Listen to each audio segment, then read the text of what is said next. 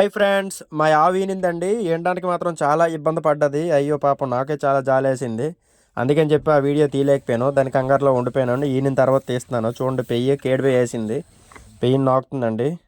అలాగే నేను ముర్రుబాలు అంటామండి. స్టార్టింగే పెయ్యి కొన్ని వదిలేసిన తర్వాత తీస్తాము, ముర్రుబాలు అంటాం మేము. తర్వాత ఈ పాలతోనే మేము జున్ను వండుకుంటామండి. జున్ను వండుకొని వేరే పాలు కలిపేసి ఈ పాలతో జున్ను వండుకుంటాం, తింటాం కూడా అండి. చాలా బాగుంటుంది. ఫ్రెష్ జున్ను అవుతుందండి ఇక్కడ మాకు. ఇంకా వేరే కెమికల్స్ ఏమీ లేకుండా ఫ్రెష్గా వండుకొని నీట్గా చేస్తామండి. అది చూడండి, పాలు తీస్తున్నాను. ఇలాగ తీయాలి ఫ్రెండ్స్. కొంచెం కొంచెం కొంచెం కొంచెం వస్తుంటాయి. పాలు కూడా ఎక్కువ ఇవ్వలేదు, ముర్రు పాలు తక్కువే ఇచ్చింది. ఇంకోండి, పాలు తీసిన పాలు ఇవ్వండి. ఇలా ఉన్నాయి. ఎంత పసుపు కనబడుతుంది చూడండి. మొత్తం ముర్రు పాలు అంటాము.